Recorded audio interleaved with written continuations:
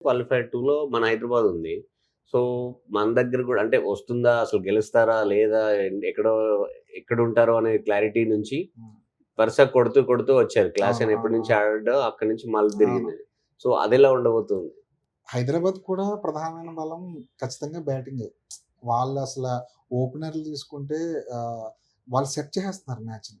Set చేసేసి ఇప్పుడు head గానివ్వండి, మన అభిషేక్. అభిషేక్ శర్మ గానివ్వండి, వీళ్ళేం చేస్తారంటే మొదటి 6 ఓవర్‌లోనే పవర్ ప్లేలోనే మొత్తం మ్యాచ్ మొత్తం వాళ్ళ వైపు తిప్పుకుంటున్నారు.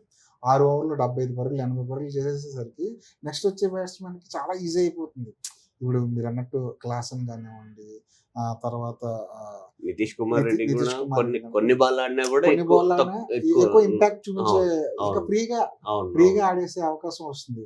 పైగా కష్టాల్లో ఉన్నప్పుడు కూడా దానికి తగ్గట్టే క్లాస్‌ని ఆడుతున్నాడు. లాస్ట్ ఆడుతున్నాడు. టైమ్ మనం ఓడిపోయే మ్యాచ్ కూడా క్లాస్‌ని ఆడబట్టే మనం ఇప్పుడు ఈ ప్లే ఆఫ్స్ దశ వరకు వచ్చాం. ఇప్పుడు ఇక్కడ కూడా అలాంటి పొజిషనే. బెంగుళూరుకి ఏదైతే ఉందో మనకి అంతే పటిష్టమైన బ్యాటింగ్ లైనప్ ఉంది. బౌలింగ్‌లో ఇంకొంచెం బాగా రాణించాల్సిన ఆహ్, అవసరం ఉంది ఈ ప్లే ఆఫ్ నుంచి.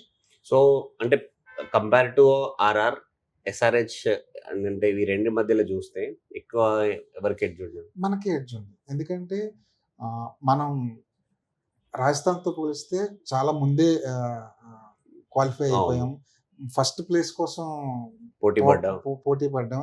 లాస్ట్‌లో బెంగుళూరు లాంటి పెద్ద జట్టుని ఓడించేసాం. ఓడించాం. నంబర్ 1లో ఏదైతే జట్టు ఉందో దాన్ని ఓడించేసరికి కాన్ఫిడెంట్ ఆటోమేటిక్‌గా పెరుగుద్ది. మీరు రాజస్థాన్ తీసుకోండి.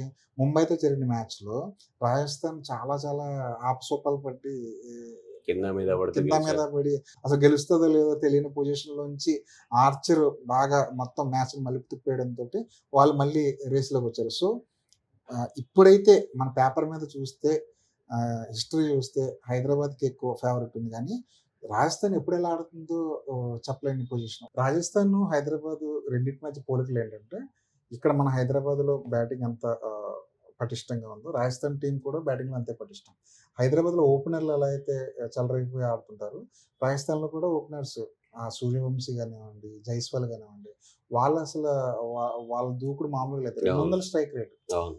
ఈ ఐపీఎల్‌లో 200 స్ట్రైక్ రేట్‌తో మొత్తం ఇన్ని మ్యాచ్‌లు 14 మ్యాచ్‌లు ఆడాడంట సూర్యవంశీ. మామూలు అవును. విషయం కాదు. 50 సిక్సర్లు కొట్టాడు. అవును. గేల్ 53 సిక్స్‌లు. రికార్డ్‌కి ఒక్క 6 అతి దగ్గర. దగ్గరలో ఉన్నాడు. అవును. తను కూడా తనేమంటున్నాడు ఇప్పుడు బయటకొచ్చి, నా నా ఎయిమ్ ఏంటంటే 200 కొట్టాలి. టీ20లో 200 కొట్టాలని చెప్తున్నాడు. హ్మ్. సో, 200 కొట్టగల సామర్థ్యం ఉంది. ఖచ్చితంగా సూర్యవంశీకి ఉంది. ఉంది. ఎందుకంటే వస్తున్నాడు బాదుతున్నాడు. బౌలర్ ఎవడైనా సరే అది first Bala over last ball అని చూడట్లేదు. బాదుతున్నాడు. కొట్టుడే ఎళ్ళిపోతున్నాడు. కొట్టుడు బాగా కొడుతున్నాడు. అంటే సూర్యవంశీ లాంటి ప్లేయరు ఏ దశలో క్లిక్ అయినా సరే మ్యాచ్ స్వరూపం మొత్తం మారిపోతుంది. మారిపోతుంది.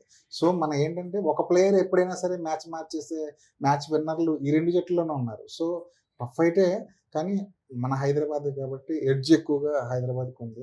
హైదరాబాద్‌లో బౌలింగ్ కూడా ఇప్పుడిప్పుడే బాగా కానీ మెరుగుపడుతుంది. ఇప్పుడు ఈ ప్లే ఆఫ్స్ ఆడుతున్న వాళ్ళందరిలో హ్మ్. అందరికి దాదాపుగా కొత్త ప్లేస్ అంటే వాళ్ళ ఓన్ గ్రౌండ్ అవును. ఎవరికీ లేదు. హోమ్ గ్రౌండ్‌లో ఎవరు ఆడట్లేదు. అది ఒక రకంగా అడ్వాంటేజ్. డిసడ్వాంటేజ్. 2 ఉంటాయి. అవును. ఎందుకంటే హోమ్ గ్రౌండ్‌లో ఆడుతున్నామంటే ప్రెషర్ ఎక్కువుంటుంది. అవును.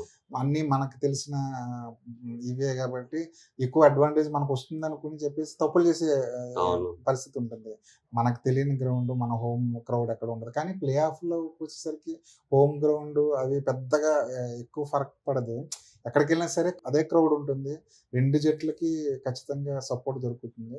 ఆ పరిస్థితులను వాళ్ళు ఎలాగా ఎంతవరకు క్యాష్ చేసుకున్నారన్నది ఇంపార్టెంట్. టాస్ చాలా ఫ్యాక్టర్ ఇది.